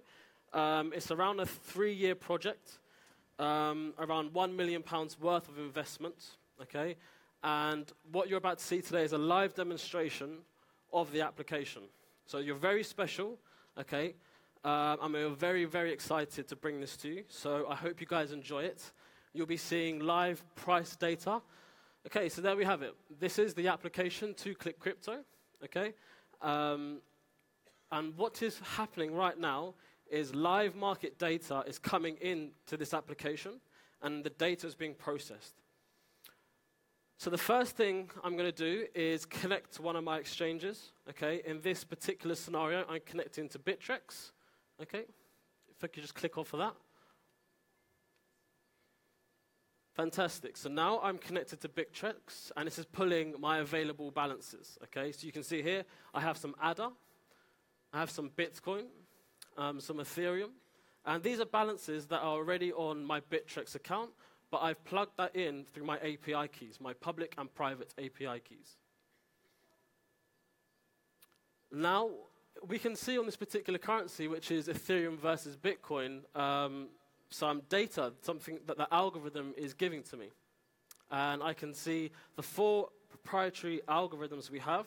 Okay, they are called, you can see there, phase, polarity, power, and pulse. Okay, they're our own mathematical indicators we have. So here I can see the polarity is down and the power is down. Now, at the moment, this cryptocurrency is not one that I want to look at. Okay, so what I would do is I will click on the scanner and pull up the top 10 cryptocurrencies. Okay, now this is live price data. Okay, and they are showing me the top 10 that I should be looking at. So at the moment, nothing looks great. So what I will do is I will change the time frame I'm looking at. So at the moment, I'm looking at a 4-hourly algo. I can change that to a daily algo. So this is more for my longer term trading, my sort of buy and hold strategy, if you will. And I can click the scanner again and pull up. And nothing's really sort of shouting out to me. But one that I may want to start looking at is NEO versus Bitcoin. So if I click on that. Fantastic. Okay, so that's now popped up. So you can also see on the left-hand side, okay, the charts. So if I would like to do any technical analysis alongside of these algorithms, I have the opportunity to maybe plot support and resistance, some Fibonacci's, some trend lines. But essentially, what I can see at the moment that the algorithm is showing me is that the polarity is positive, okay? However, the power is down, and the pulse is also up. So this may not be a currency I want to trade. But a couple of days ago, when we saw that sort of burst in Bitcoin, that burst in Ethereum, we actually had some signals, and I took them. It's a very powerful tool. And I'm very, very excited to be showing you this for the first time. And we will be making this available. So keep your ears out, because I will show you how to get hold of that. So I just want to jump back to the slides now and just sort of show you how you can get access to this. So we're offering you guys an ICO, okay? We're starting its private sale in the beginning of May, okay? And the only way to get access to this application, okay, is through a utility token.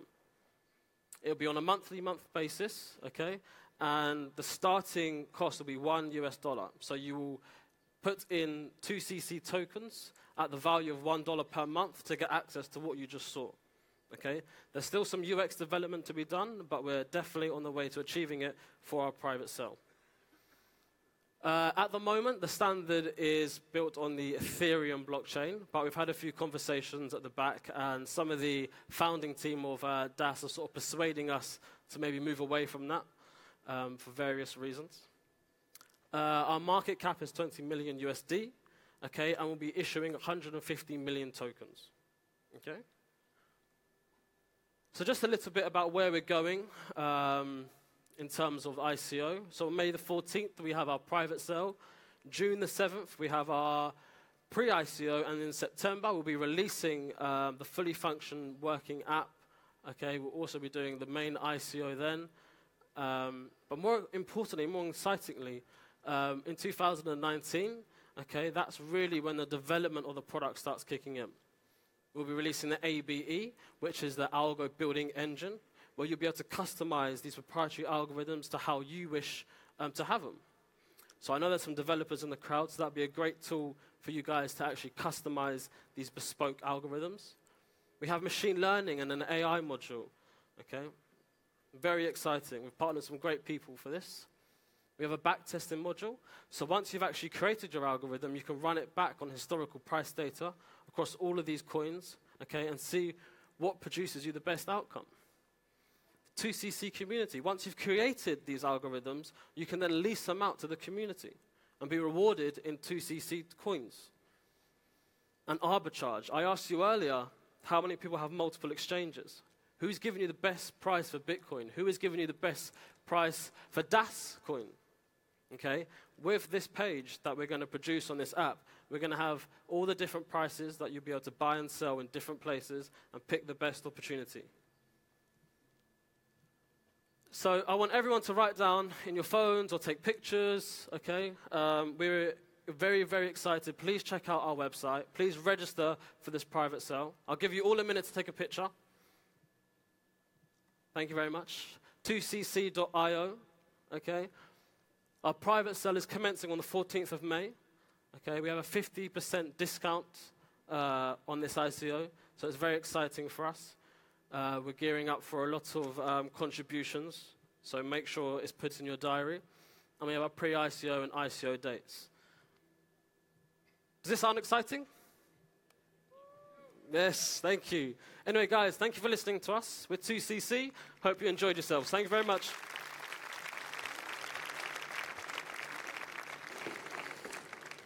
Thank you very much. Thank you. Right, well, you had a fairly extensive introduction to trading, and trading aficionados have got plenty to go away with. Final guest for this evening is Michael Matthias from Dascoin. I first met Michael at in the early days of cryptocurrencies on a foggy island in the middle of the English Channel, but that's a conversation for another time. And he also had a good head of hair in those days, unlike myself. So without more ado, I hope Michael Mathias will come on stage to talk about the evolution of money. Or maybe he'll come from above, I don't know. Thank you.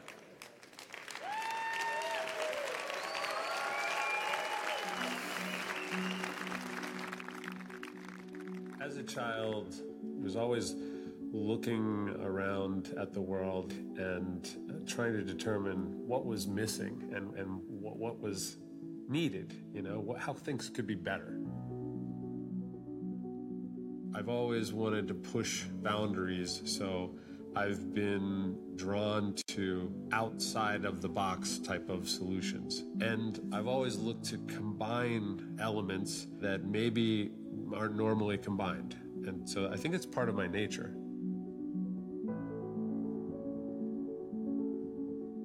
I very much have been aware of this theme of balance, and I felt naturally inside of us all, I think there's this growing awareness that there's something off. When you see homeless people in the streets, something's wrong about that. Something doesn't feel, right. You see institutions that are serving themselves, not the will of the people. And there is the potential that if we continue to let the process of centralization and these centralized institutions take that power from us, then there's a huge risk of going even further off balance. So this is a moment where our choice needs to be made. We need to put into position a system that supports the will of the collective. The entire mission of what we're doing with DAS is to spread prosperity by creating a system that is perpetually in balance. We've created an ecosystem where all the elements for creating, storing, and exchanging value are in this symbiotic relationship and allows for an immense amount of value to be created and for that value to be distributed in a very equitable manner among the participants of the system. I feel that technology is really what's enabling this paradigm shift, but we can't lose our humanity in the process. And so what we've tried to do with the DAS ecosystem is combine the best elements of what the technology can do with the great elements about us as people and who we are. And that's really what this whole enterprise is about, is experimenting with that combination of technology and people in ways that are in alignment with where we need to go to reach that full potential. I think that we are going to create an amazing new direction for the world to travel. I believe that the ecosystem has been established and is now primed to grow in a myriad of ways. And all of these are reinforcing directions that will bring out the full potential of who we are as a people. And so, yeah, I think the future is extremely bright, and I'm very pleased that we're on this path. Now we just need to have more and more people see what we see and come with us to where we're going.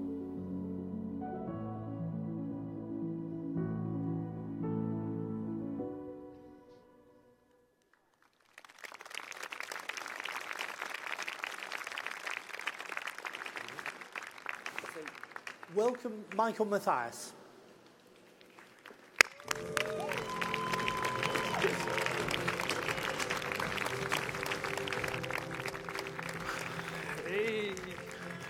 Hey. Great crowd. Hello, hello. So great to be here in London, and even more special to be at the O2 with everybody. It's been a great evening so far, right? Has everybody... I think this has been our best lineup of speakers. We're introducing some great concepts, great content here with the speakers tonight. And so I hope everyone is seeing some of the virtues of our new the blockchain 24/7. Are you guys liking this new brand? This is gonna be the destination for information about blockchain. So really, really amazing moment that's happening for everybody in the Dascoin community. And it's a pleasure to be able to spend some time on the evening of our biggest milestone. And I just wanted to share some of the journey, so just today is a special moment. And so I wanted to just let everybody know a little more insight about where we've come from and where we're going on this journey. So it really starts with this idea of creating a better way. When we see we've heard from all of the speakers today about how powerful the blockchain is, what an amazing impact it's going to make on the world.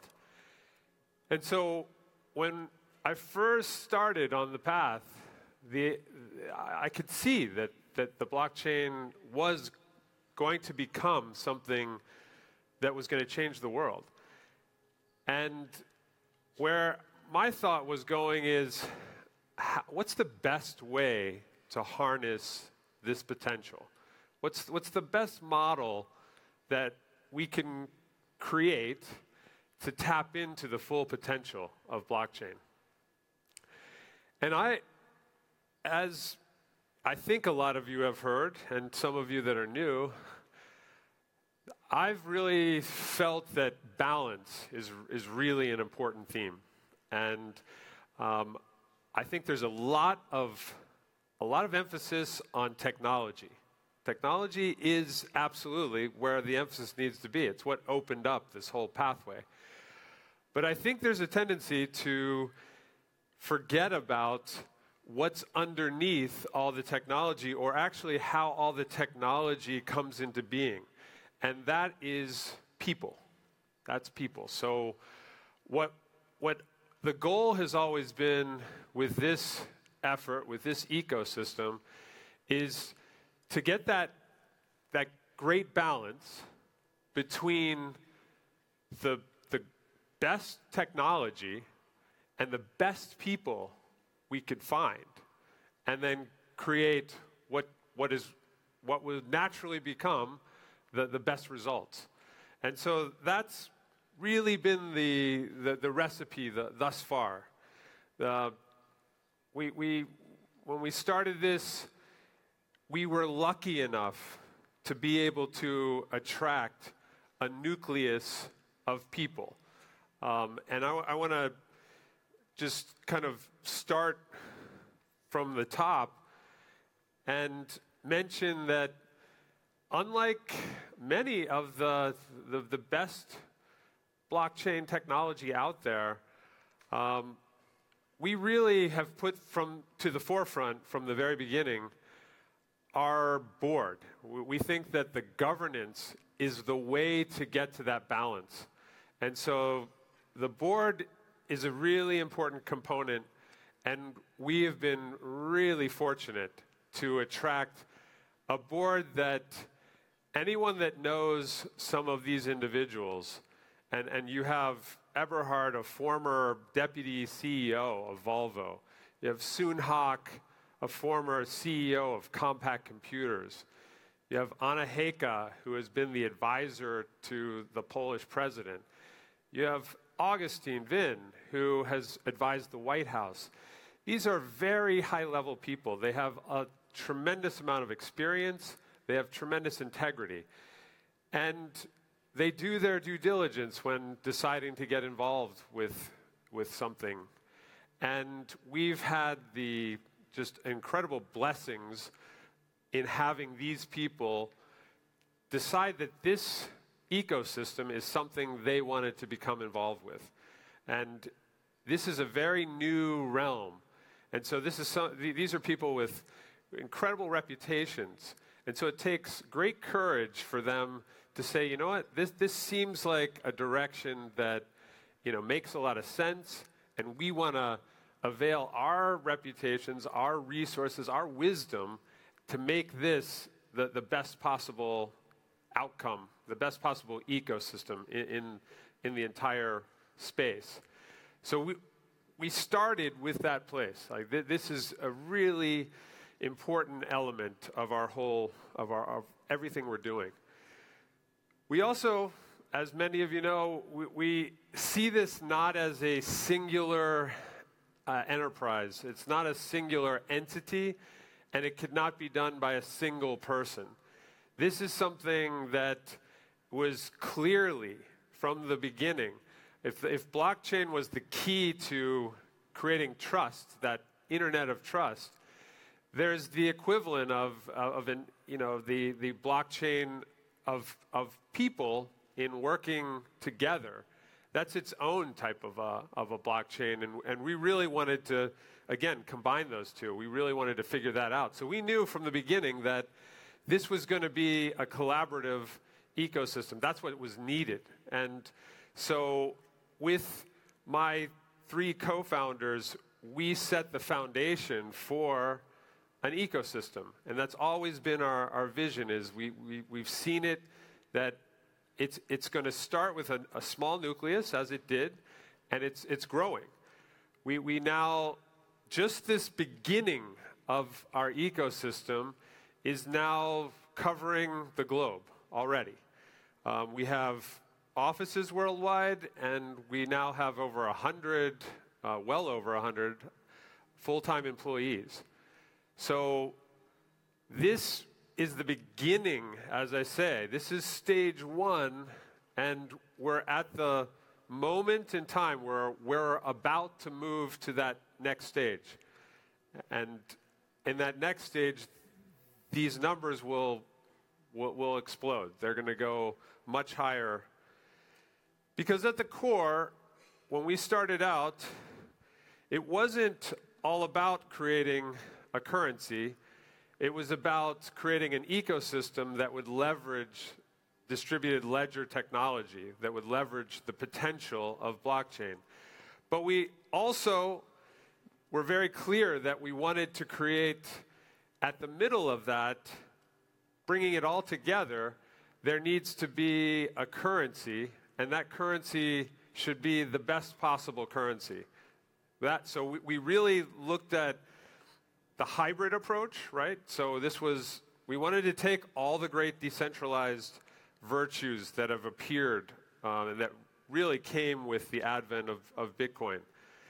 But we also saw a lot of advantages to the centralized models that were already popular in the world. And there's a balance that needs to be struck. And we thought that with the best of each, we could optimize a digital currency that would be the ultimate digital currency. And so elements like an authenticated network, we wanted greater utility, better performance, greater efficiency, wider distribution, enhanced security, greater liquidity, again, a robust ecosystem, broader adoption, so going mainstream, and we needed to have full compliance. We put together a number of features that we thought would help us to achieve those attributes, those objectives. And really at the core, in addition to innovation, is trust. We saw that trust was how you were going to combine the security that's needed, the utility that's wanted, the liquidity that's desired, and then ultimately the capital appreciation. To really achieve that, you need a combination of elements. And so we put that together, and this has been our roadmap. We built on a very, very powerful base of technology. The code base is called Graphene. It was essentially a hard fork of BitShares, which many of you know, a very prominent cryptocurrency. And we are very happy with that choice. We've done a lot of our own proprietary coding on that base, but that base has been a tremendous asset to this whole effort. And this blockchain is built for speed, it's built for scalability, and it's built for security. And an example is this element of scalability. Bitcoin is capable of 3 transactions per second. Ethereum 20, something of a huge network, Visa, they're capable of around 50,000, but they do around 2,000. So that gives you a sense. The Visa network does about 2,000 transactions per second worldwide. It is up and down, of course, but that gives you a sense of how many transactions, and that's a lot. But this blockchain is capable of over 100,000 transactions per second, and that can be optimized to go higher. So we have the base to build on. And as some earlier speakers had pointed out, interoperability is the future, and our model is really, really attuned to interoperability. We want to embrace a lot of the emerging new technologies that are coming to market and have those interoperable within the DAS ecosystem. So we're agile and we're really positioned for the future.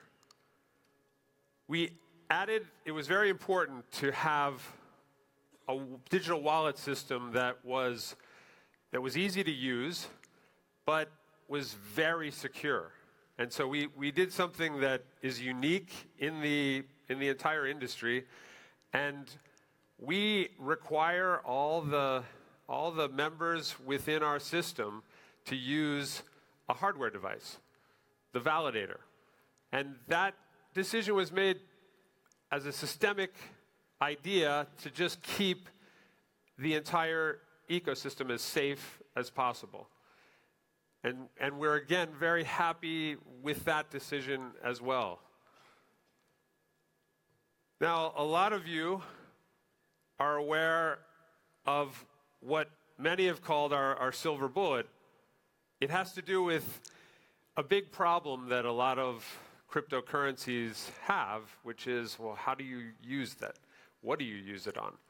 And we, with that hybrid type of structure, we've been able to form the relationships that are needed to put together a solution that leverages an existing technology that's out there that many of you are probably aware of, the Apple Pay, that there's Voda Pay, there's many versions of this where through an app you can choose to upload a credit card. It becomes a virtual credit card. But rather than using a credit card, with our solution, you are basically able to have the app check your Dascoin balance, and when at the time that purchase is made, it then provides the merchant with the necessary funds to complete that transaction. So you're not having to go and sell, your Dascoin and then route it over to a dedicated account, kind of a prepaid situation. There's some of those solutions out there. This preserves your ability to hold that value. And we believe there's many reasons why that's the place that you will want to hold your value rather than transferring it over and preparing it for ease of spend. So this solution is very unique in the entire industry, and we're very, very excited about releasing this, and that's coming up in this quarter. But at the heart of this, as I said earlier, this is not about, Dascoin is the store of value in this system, but this is really about a blockchain economy. And we intend for this ecosystem to be the world's most integrated blockchain economy.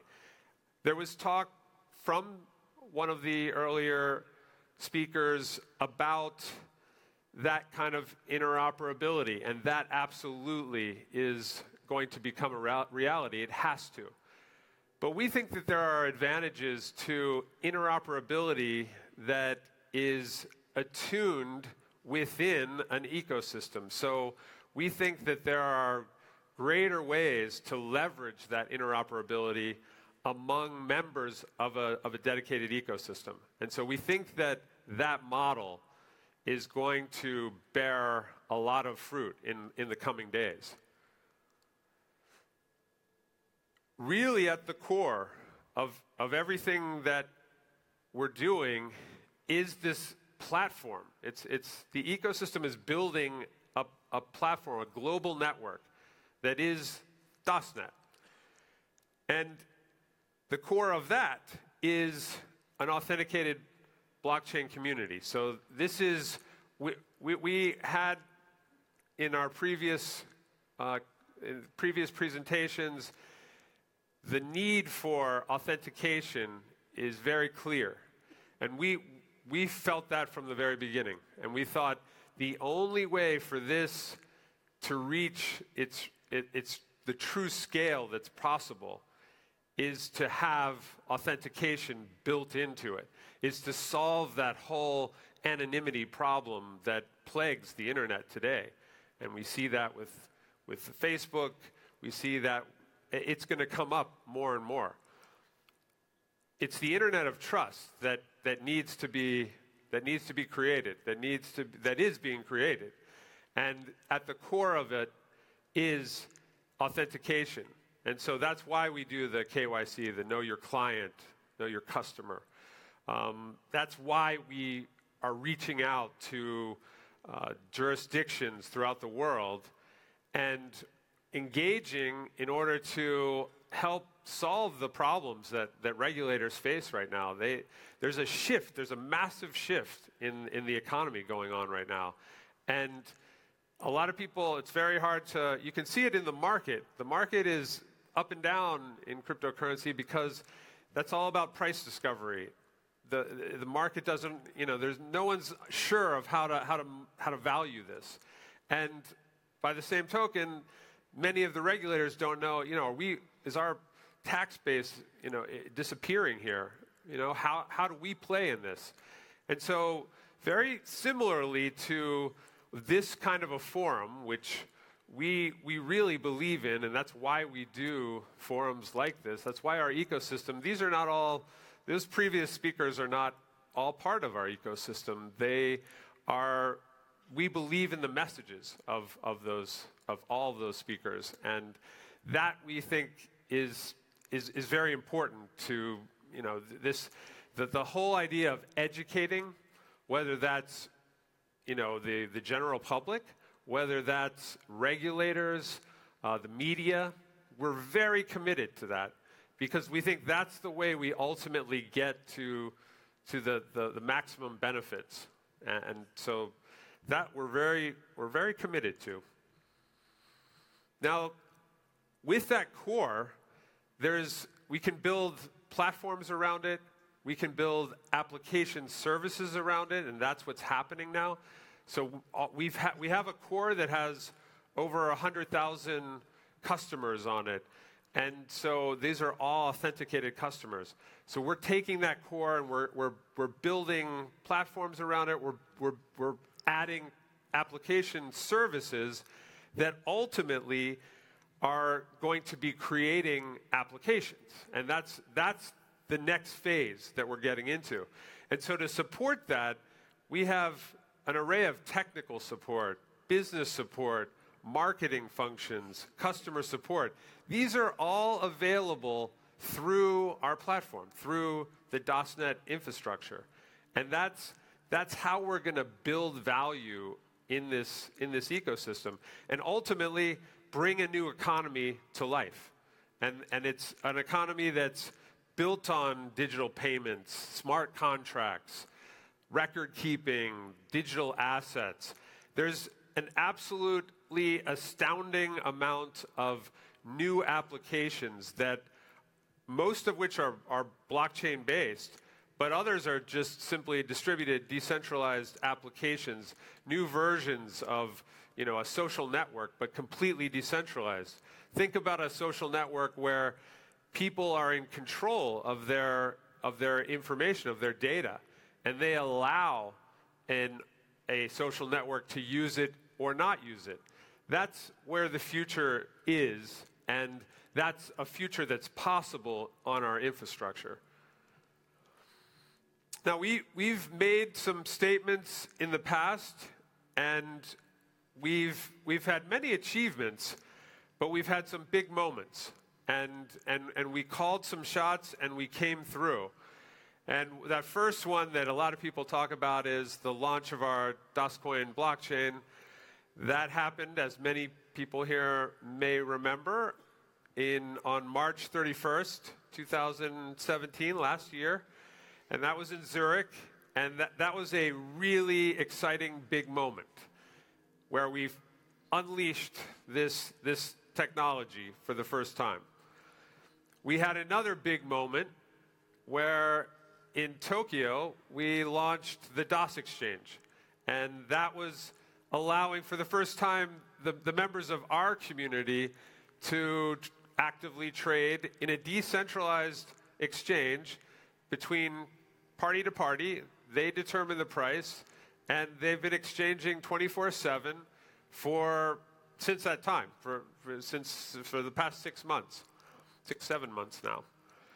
And now we are on the precipice, and I'm really, it's just it's quite a journey that's brought us here. It's taken some of the top developers in the world.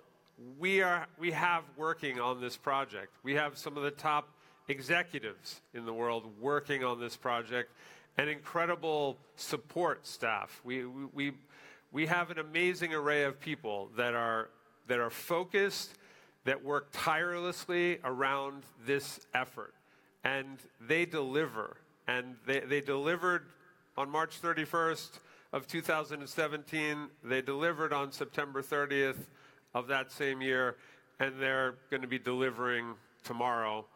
And it's an exciting moment that we'll be trading on public exchanges. Yeah, it's a big one. It's a big one. And it's exciting. And then we'll be launching DasPay in this same quarter. So before the end of this quarter, we're going to have one more of these big deliverables. And this, again, is just setting the stage for the next phase. And for all of you that will be joining us tomorrow, and if you aren't joining us tomorrow, please look at we're streaming it live. So please be sure to share this moment with us, because we also are going to be unveiling a lot of the new partners that are working, that we're attracting and are committed to working on this platform, on this entire ecosystem.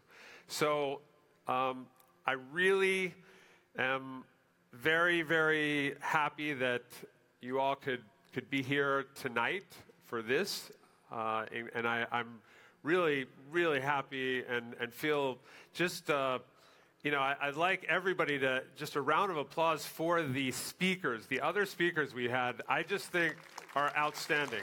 And I'm really, really happy with them. And again, tomorrow, if you can't be there, please tune in and join us for this historic moment. So thank you, everybody. I really, really appreciate you being here. Thanks. Thank you.